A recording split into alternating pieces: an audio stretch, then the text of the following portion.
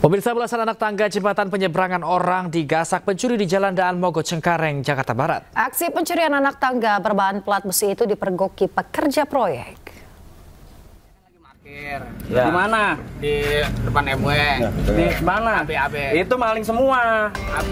Oh, iya. Aksi pencurian anak tangga berbahan plat besi dipergoki pekerja proyek jembatan penyeberangan orang di Jalan Daan Mogot, Cengkareng, Jakarta Barat.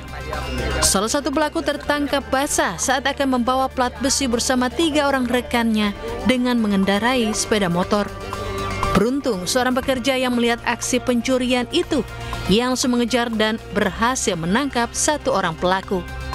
Aksi pencurian ini terjadi saat seluruh pekerja selesai bekerja. Belasan plat anak tangga jembatan penyeberangan orang yang dicuri ini memiliki berat total sekitar 100 kg. Kita lagi beli makan nih kan. Kita masih lihat di sini platnya masih ada.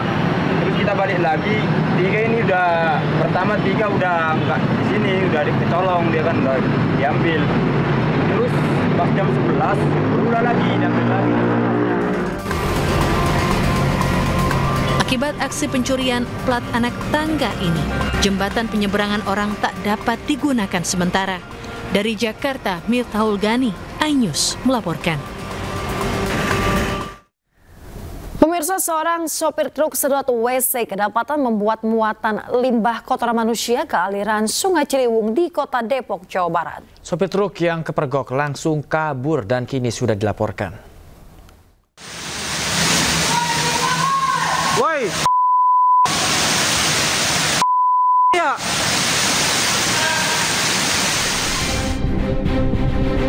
Inilah video viral saat truk sedot WC membuang muatan limbah kotoran manusia ke aliran Sungai Ciliwung dari jembatan tol Cijago, Kota Depok, Jawa Barat. Saat aksinya dipergoki warga, sopir truk langsung menghentikan aksinya dan kabur ke arah tol Jagorawi. Ke jembatan tol, ada yang membuang limbah. Ke jembatan tol. Menurut aktivis pemerhati Sungai Ciliwung, ulah truk limbah membuang muatannya ke aliran Sungai Ciliwung sudah sering terjadi. Ulah pihak-pihak yang tidak bertanggung jawab yang membuang sampah ke Sungai Ciliwung ini sudah dilaporkan ke Kementerian Lingkungan Hidup terkait pencemaran. Kami sudah laporkan ini ke penegakan hukum Kementerian Lingkungan Hidup dan informasinya insya Allah ini akan ditindaklanjuti untuk mengikuti aturan yang sudah ada. Karena ini termasuk dalam pencemaran lingkungan, hukumannya jelas gitu ya, sampai lagi ini sudah berkali. Walaupun dia cuma alasannya baru kali itu, tapi kan teman-temannya dia banyak. Mudah-mudahan menjadi trigger atau menjadi perhatian itu semua untuk tidak membuang limbahnya ke Sungai Ciliwung. Sementara itu, truk limbah yang membuang muatannya di jembatan tol Cijago ini sudah terdeteksi berasal dari wilayah Jati Asih, Kota Bekasi. Ada yang membuang limbah. Pihak PJR Jagorawi sudah memanggil pemilik dan penyewa truk tersebut untuk meminta maaf dengan membuat surat pernyataan di atas meterai. Dari Depok, Jawa Barat, Iyung Rizky, iNews melaporkan. Pemirsa, kecelakaan kembali terjadi di gerbang tol Ciawi 2 Bogor, Jawa Barat. Akibat kecelakaan ini, 3 gardu tol rusak dan 1 pegawai jasa marga mengalami luka ringan.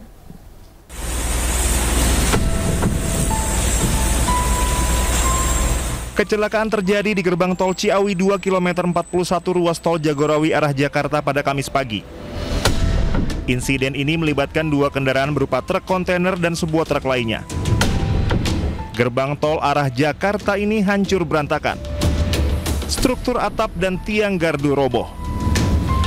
Truk kontainer dalam posisi terguling di depan gerbang nyaris berbalik arah. Sedangkan truk lain yang diseruduk ikut terjungkal. Posisinya miring di sisi gardu. Akibat kecelakaan ini, 3 dari 6 gardu di gerbang tol Ciawi 2 mengalami kerusakan. Kasat Lantas Polresta Bogor Kota Kompol Yudiono mengatakan rem truk tidak berfungsi sehingga melaju tidak terkendali hingga akhirnya menabrak gerbang tol Ciawi 2. Meski tidak ada korban jiwa, 1 orang terluka ringan dan kini telah mendapatkan penanganan medis. Bahwa betul terjadi kecelakaan lalu lintas di gerbang tol Ciawi 2. Kejadian sekira pukul 2.30 dini hari dan alhamdulillah tidak ada korban jiwa, hanya 1 pegawai gerbang tol yang mengalami luka di kaki, luka ringan karena menghindari kecelakaan tersebut. Peristiwa ditabraknya gerbang tol Ciawi 2 ini kembali terulang. Peristiwa serupa terjadi pada 4 Februari 2025 menewaskan 8 orang dan 11 lainnya luka-luka. Kecelakaan di lokasi yang sama kembali terjadi pada 2 Juni 2025. 3 gardu mengalami kerusakan sehingga hanya 7 gardu yang masih beroperasi. Dari Bogor, Jawa Barat, Andi Firmansyah, Anyus melaporkan. Pemirsa, 8 korban tewas jatuhnya helikopter BK117D3 di kawasan hutan Kalimantan Selatan berhasil dievakuasi. Seluruh korban dibawa ke RS Bayangkara Banjarmasin untuk diidentifikasi. Petugas evakuasi gabungan membawa 8 jenazah korban kecelakaan helikopter BK117D3 milik Estindo Air yang jatuh di kawasan hutan Desa Emil Baru, Kabupaten Tanah Bumbu, Kalimantan Selatan ke Rumah Sakit Bayangkara Banjarmasin pada Jumat dini hari.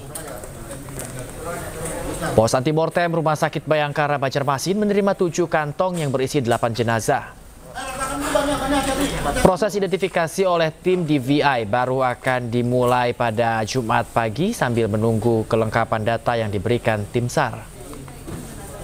Hal ini untuk melakukan pencocokan dengan tim rekonsiliasi yang menjadi dasar penentu identifikasi masing-masing korban.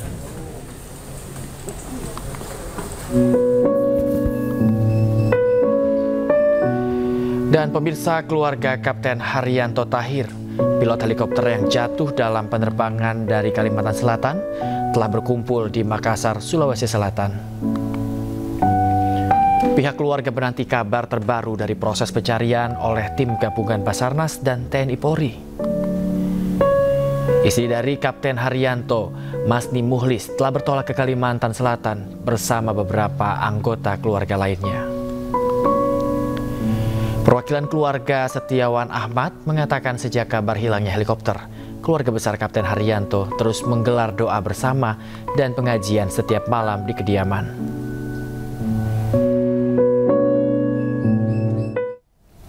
Kejaksaan Agung menetapkan Nadiem Makarim sebagai tersangka dalam kasus pengadaan laptop berbasis Chromebook. Nadiem langsung ditahan selama 20 hari ke depan.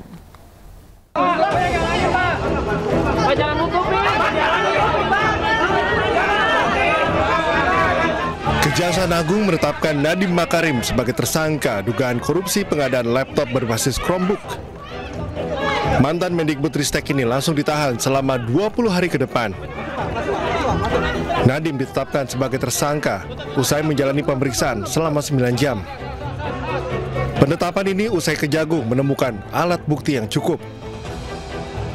Usai ditetapkan sebagai tersangka, Nadiem Makarim menegaskan dirinya bekerja atas dasar integritas dan kejujuran. Allah akan mengetahui kebenaran.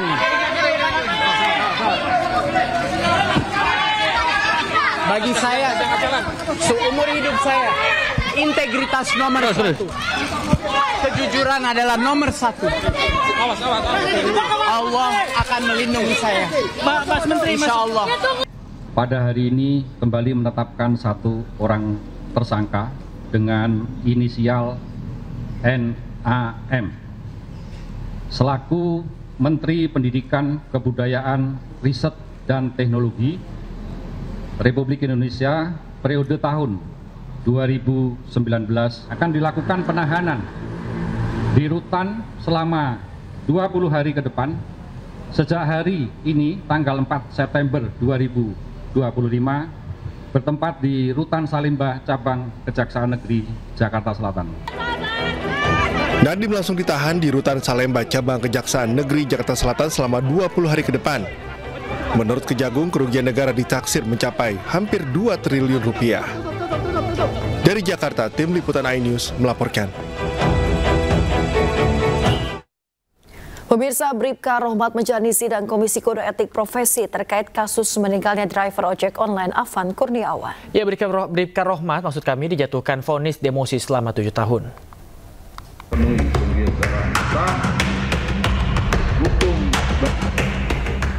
Divisi Propam Polri menggelar sidang Komisi Kode Etik Profesi terhadap Bribka Rohmat terkait kasus meninggalnya driver ojek online di gedung TNCC Mabes Polri, Jakarta Selatan. Bribka Rohmat sendiri merupakan pengemudi atau sopir dari kendaraan taktis Brimob yang diduga melindas Afan Kurniawan. Mutasi bersifat demosi selama 7 tahun sesuai dengan sisa masa dinas pelanggar di institusi Polri. Sidang memaparkan konstruksi peristiwa mobil taktis yang dikendarai Bribka Rohmat menabrak hingga melindas Afan. Selain itu, Bribka Rohmat juga menyampaikan tidak ada niat sedikit pun untuk mencederai ataupun menghilangkan nyawa seseorang. Pimpinan sidang etik. Jiwa kami tribrata untuk melindungi, melayani, dan melayani masyarakat yang mulia.